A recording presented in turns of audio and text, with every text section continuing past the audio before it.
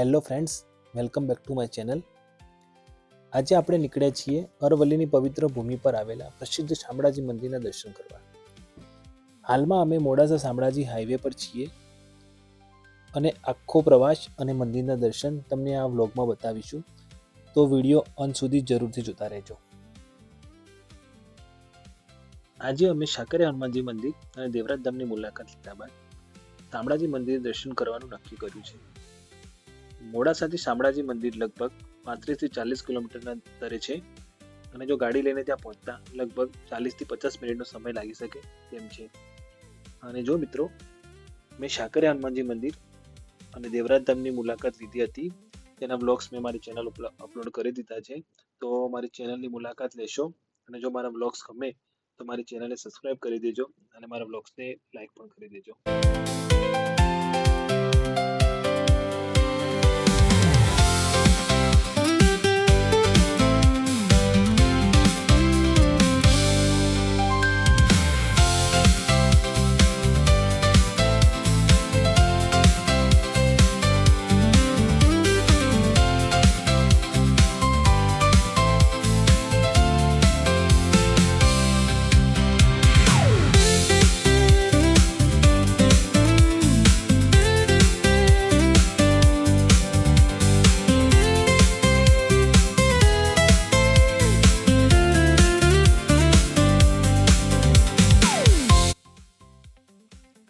હવે અમે રસ્તામાં શામળાજી તરફ આગળ વધી રહ્યા છીએ અને જુઓ, બંને બાજુ કેટલા સુંદર લીલાછમ વૃક્ષો છે. ખરેખર આવી હરિયાળી મુસાફરીને વધુ આનંદદાયક બનાવે છે.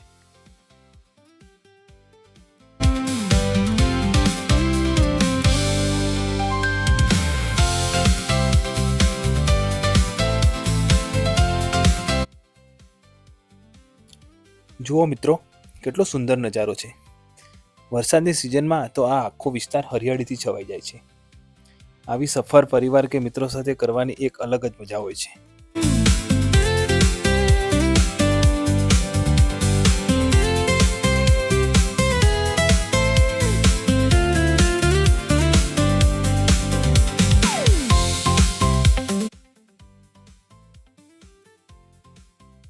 હવે અમે શામળાજી પહોંચવા આવ્યા છીએ અને થોડા જ સમયમાં ભગવાન શામળાજીના દિવ્ય દર્શન કરીશું. અને ચાલો આપ સૌને પણ મંદિરની સુંદરતા અને શામળાજીના દર્શન કરાવીએ. ફાઇનલી અમે શામળાજી મંદિર પહોંચી ગયા છીએ. અહીંનું વાતાવરણ ખૂબ જ શાંત, ભક્તિમય અને મનને શાંતિ આપે તેવું છે. તો ચાલો હવે ભગવાન શામળાજીના દર્શન કરવા આગળ વધીએ. આ સામે તમે જોઈ શકો છો શામળાજી મંદિરનો ભવ્ય પ્રવેશદ્વાર.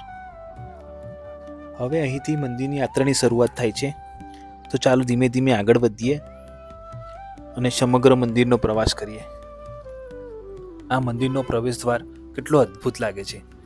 તો અંદર જઈને મંદિરની સુંદરતા અને મંદિર કેટલું અદ્ભુત હશે. અહીંથી પ્રવેશદ્વારથી અંદર જતા સામે શામળાજીનું મુખ્ય મંદિર જોવા મળે છે.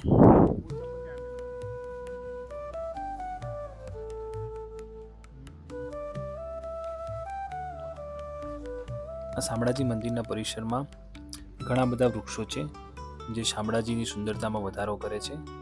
આ સિવાય પણ શામળાજીના પરિસરમાં ખૂબ જ પ્રાચીન કૂવો છે. તો ચલો આપણે તેને જોઈએ.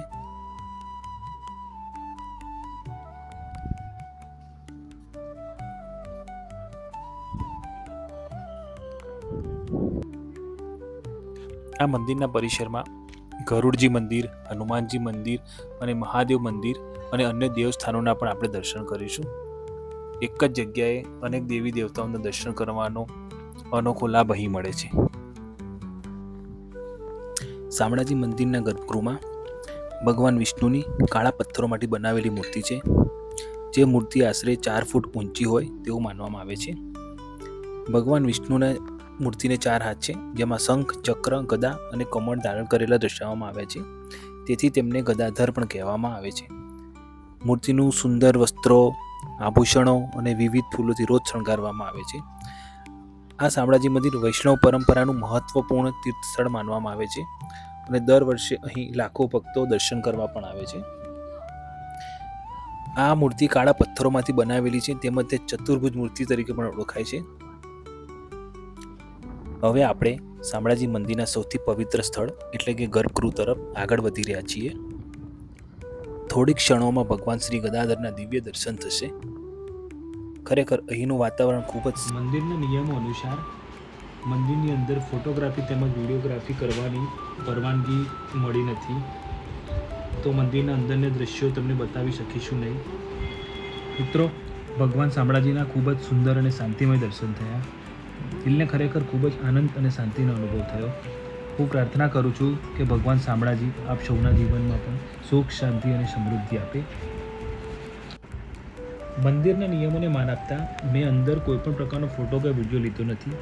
આશા છે કે તમે આ બાબતને સમજી શકશો. તો ચાલો હવે મંદિરના બહારના સુંદર પરિસરની મુલાકાત કરીએ.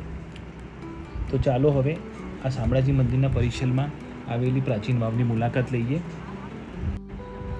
આજે પણ આ વાવ શામળાજીના ઐતિહાસિક વારસાની સાક્ષી બનીને ઊભી છે.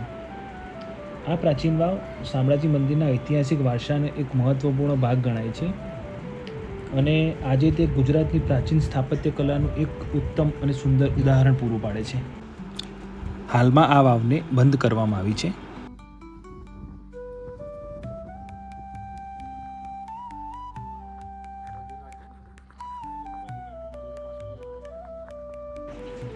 આ છે શ્રી ત્રિલોકીનાથ મહાદેવ મંદિર.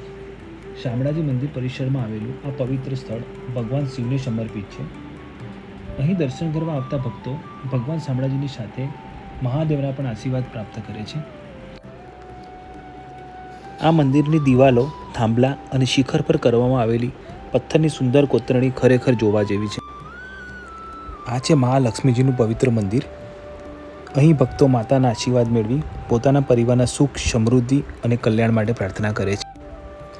માતા મહાલક્ષ્મી ધન, સમૃદ્ધિ, સુખ અને ઐશ્વર્યની દેવી માનવામાં આવે છે. ભગવાન શામળાજીના દર્શન કરવાની સાથે અહીં માતા મહાલક્ષ્મીના દર્શન કરવાનું પણ વિશેષ પ્રમાણે શુભ માનવામાં આવે છે. આ છે ભગવાન મહાદેવનું મંદિર. અને હવે છેલ્લે આપણે જોઈશું, હવે આપણે જઈ રહ્યા છીએ ગિરિધરલાલના મંદિરમાં. હવે આ મંદિર ભગવાન શ્રી કૃષ્ણને સમર્પિત છે.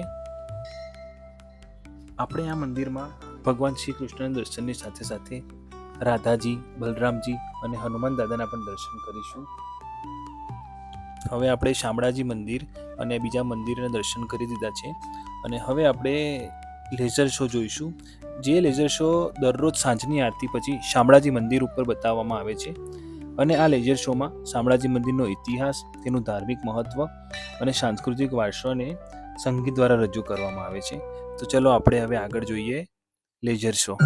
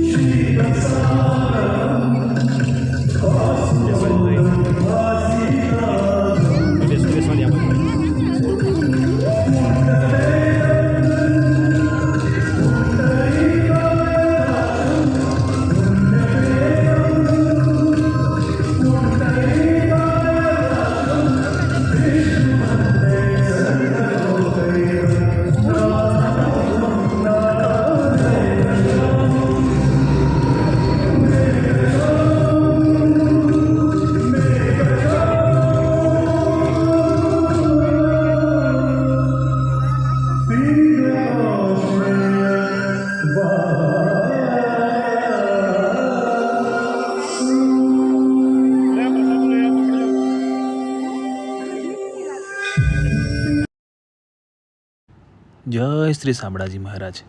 તો હવે ફરીથી મળીશું નવા વ્લોગમાં.